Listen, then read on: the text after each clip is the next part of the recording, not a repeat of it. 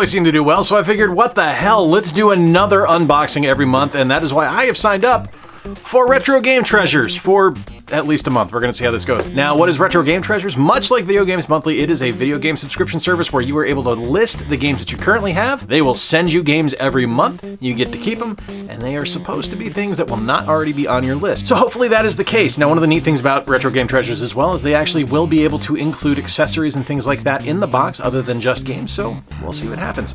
I've never done this one before. I've never bought this before. I paid for this with my own money, so all my thoughts are going to be my own that you're going to find out in this. They have no idea who I am, so I seriously doubt there's going to be anything seriously fancy included in this box, but let's find out. Let's crack this guy open. Hasn't even had the seal popped yet. So let's take a look and see what we got in our first ever box from Retro Game Treasures.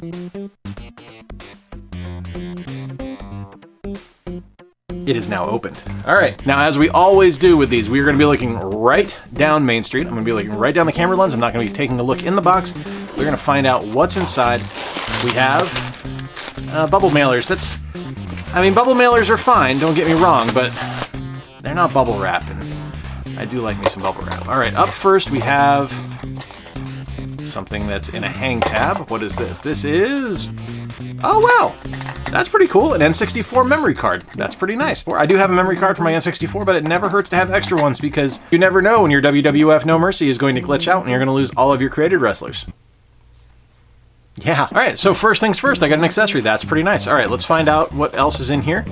Feels like an NES and 2 PS1 games. Let's find out. First up for the NES, we have, hey, the original Ninja Turtles. That is pretty cool. Let's take a look and see how this plays. I remember really wanting to like this game as a kid, but it has been years since I played it. So let's take a look at this guy.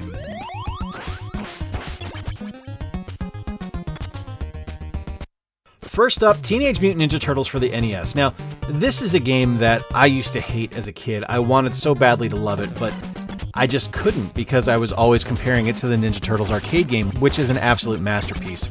And when TMNT 2, the arcade game, released on the NES, that washed away any memories I had of the first one. So I'm kind of going into this with a blank slate. Like, the only thing that I really remember is the PTSD we as a generation kind of collectively have from the water levels in the first Teenage Mutant Ninja Turtles game. Now, going back to it now, I mean, it plays okay. It feels like an early NES game. It doesn't really feel terribly unique. Like, you have some things in the game that I think are fairly standard nowadays. Like, having the overworld and going into the underworld and doing the side-scrolling combat is, I mean, it's not something you see every day, but it's not like it's a terribly noteworthy thing.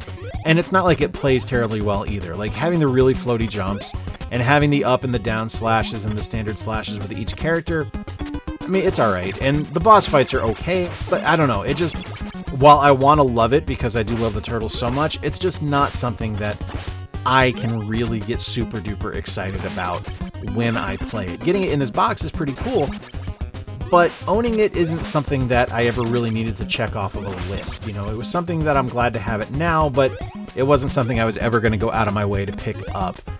And its value being $7.89 currently on price charting, I mean, it's nothing to really write home about there either.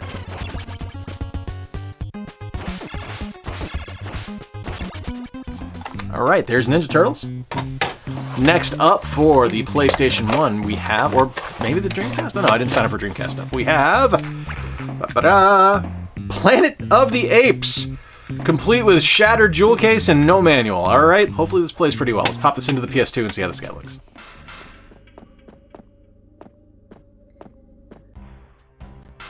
Oh, Planet of the Apes. Okay, so getting a smashed up jewel case and getting a game in a smashed up jewel case without an instruction manual really sucks. I'm not gonna lie to you.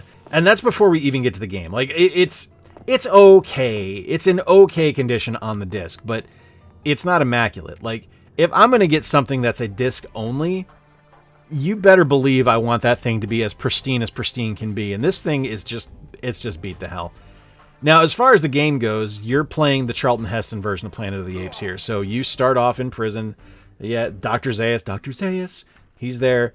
And you are going to break out. And hooray! Tank controls. Tank controls on an awful game. Yeah, boy. Yeah, no, this is not fun. If you're a big Planet of the Apes fan, then maybe this is something that you're going to want to seek out and play, but it's not good. It's not fun. It's something I will never ever play again. Like that is like, I think, kind of the tale of what is told here for Retro Game Treasures, is that everything that I have gotten from them is not something I'm ever going to play again. I can't say that about Video Games Monthly. I always get something in my Video Games Monthly shipments that kind of excites me. That's not the case here. And surprise, surprise, it's a PS1 licensed title in a crappy case, and the disc isn't in great shape. This one as well is worth about $7. All right, and our final PlayStation 1. That's sealed. All right. That's interesting, which means this is probably going to be an atrocious title, but let's find out. We have Shooter Starfighter Sandvane. All right, let's see how this guy looks. I don't know what this is. I've never heard of it. It's probably terrible. All right, let's take a look.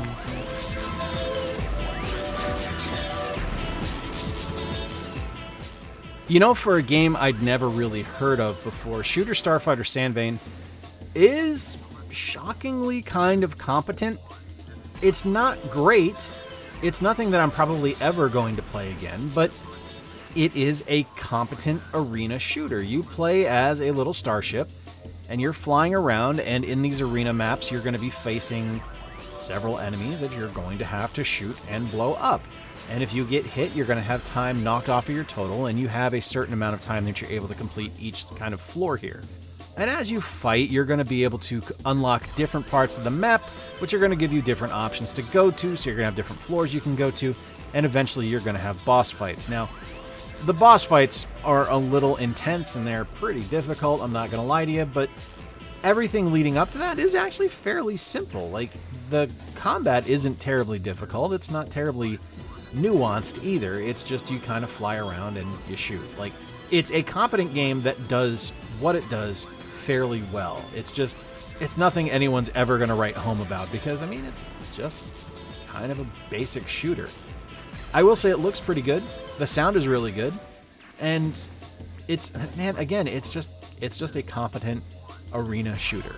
Not great, not bad, just competent. I think it's really cool that I got a sealed copy of this, because I mean, how often do you see sealed PS1 games nowadays? But I mean, this is like one of the most worthless sealed games I've ever seen. Like, I think sealed is worth $10, and now that the seal's off, it's worth $7. So yeah, it's a nothing game, worth nothing. It's competent at what it does, but it's not valuable. It's not something I'll ever play again, and yeah, it is what it is. I will say this much for Retro Game Treasures. The presentation style, much better than what I get with Video Games Monthly.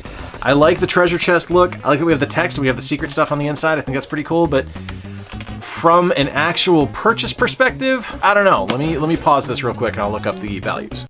A few moments later. Alright, so I'm back. I have added everything to the collection. I have looked at the prices, I have looked up values, and yikes. Okay, this is not an impressive first go for Retro Game Treasures, and I'll be honest with you, probably not going to do it again. I really like Video Games Monthly. Like, the warts and all, I really like what they offer. They have a good service, they are quick to communicate back, and I can't say that Retro Game Treasures is or isn't, but I can tell you by just my first box here, I'm not impressed. Like, getting a game in a shattered jewel case, that's pretty crappy. Getting a game in a shattered jewel case without an instruction manual, crappier.